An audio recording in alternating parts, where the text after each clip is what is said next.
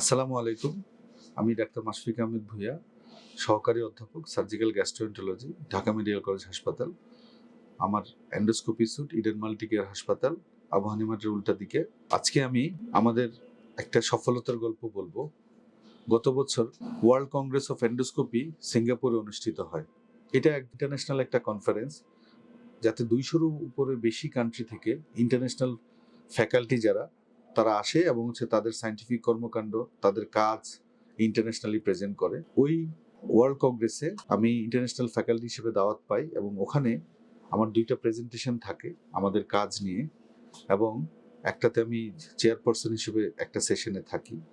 তো বাংলাদেশি হিসেবে, বাংলাদেশ থেকে আমাদের একজন ডাক্তার হিসেবে আমি বাংলাদেশকে রিপ্রেজেন্ট করতে পেরে আমি গর্বিত। বাংলাদেশি হিসেবেও আমি গর্বিত। তো ওখানে আমাদের সেন্টারে আমরা 5,000-এর উপর ইআরসিপি করে ফেলেছি। তো ওখানে সিঙ্গাপুরে যে সবচেয়ে বেশি ইআরসিপি করে সার্জারির ভিতরে, সে 500-র মতো করেছে। তা আমি এটা শুনে চিন্তা করলাম যে আসলে আমাদের এত কেস, এত পেশেন্ট, এত ভেরিয়েশন, ওদের কিন্তু এত ভেরিয়েশন নেই। তাহলে ওদের কি আছে যেটা আমাদের নাই? অথবা আমাদের কি আছে যেটা ওদের নেই? ওদের যেটা আছে, ওরা 1 নম্বর হচ্ছে ওরা ধনী একটা রাষ্ট্র। ওদের টাকা পয়সার কোনো অভাব নাই। ওদের পেশেন্টের চিন্তা করতে হয় না টাকা পয়সার বিষয়টা। আর আমরা হচ্ছে গরিব কান্ট্রি, গরিব দেশ। আমাদের দেশের মানুষের ক্রয় ক্ষমতা খুব কম। আমাদের দেশের মানুষ অত্যাধুনিক চিকিৎসা পদ্ধতি নেওয়ার জন্য মানে যে খরচ ব্যয়ভার বহন করার মতো ক্যাপাসিটি কম। যেমন আমি আমাদের সেন্টারে একটা অপারেশন, 2টা অপারেশন করি ইআরসিপি এবং ল্যাপারোস্কোপির মাধ্যমে একই সাথে 2টা অপারেশন করি। পিত্তথলির পাথর, নালীর পাথর।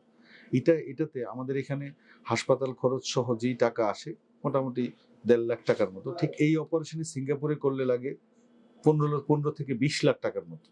একই অপারেশন, যেটা আমাদের বাংলাদেশে করলে অনেকে 2বারে করে যেই টাকা খরচ হচ্ছে, সিঙ্গাপুরে তার থেকে 15 থেকে 20 গুণ বেশি টাকা খরচ হচ্ছে। এখন মানুষ ওখানে ওখানে চিকিৎসা করতেছে এবং মানুষ কিন্তু কখনোই বলতেছে না যে এত টাকা কেন ওখানে বেশি।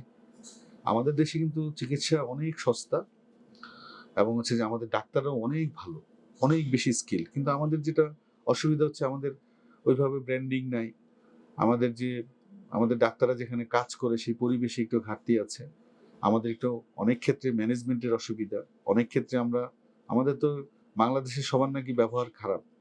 ব্যস্ততার জন্য রোগীদের কথা ঠিকমতো শুনতে পারি না। অনেক সময় যেখানে 5টা রোগী দেখার কথা, সরকারি হাসপাতালগুলোকে 30-40টা রোগী দেখতে হয়। এক্ষেত্রে আমাদের দেশের রোগীরা আসলে ডাক্তারদের প্রতি একটা যে স্যার আমাকে ঠিকমতো দেখলেন না। কিন্তু না, আমি মনে করি আমাদের দেশের ডাক্তাররা অনেক বেশি অভিজ্ঞ এবং আমাদের হেলথ সেক্টরও এগিয়ে যাচ্ছে। যেমন আমি যেই সেক্টরে কাজ করি, আল্লাহর রহমতে, যে কোলোনোস্কোপি নিয়ে কাজ করি। কোলোনোস্কোপি নিয়ে আমার একটা বই আছে জাপানিজ সহ। এটা আন্তর্জাতিকভাবে প্রকাশিত হয়েছে বইটি, এবং বিশ্বের অনেক দেশে 100টারও বেশি কান্ট্রিতে এই বই পড়তেছে। যদিও বাংলাদেশের খুব কম লোকই জানে, যে বাংলাদেশের অনেক ডাক্তারই জানে না যে আমার একটা বই আছে, কোলোনোস্কোপি নিয়ে একটা বই আছে বাংলাদেশি একজন চিকিৎসকের। কিন্তু বিদেশি কিন্তু ঠিকই জানে।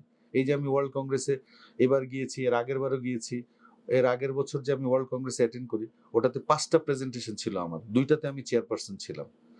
সো আমি মনে করি আমাদের দেশের যে ডাক্তারদের নিয়ে যে ধারণা, এই ধারণা পরিবর্তন করার সময় এখন এসেছে।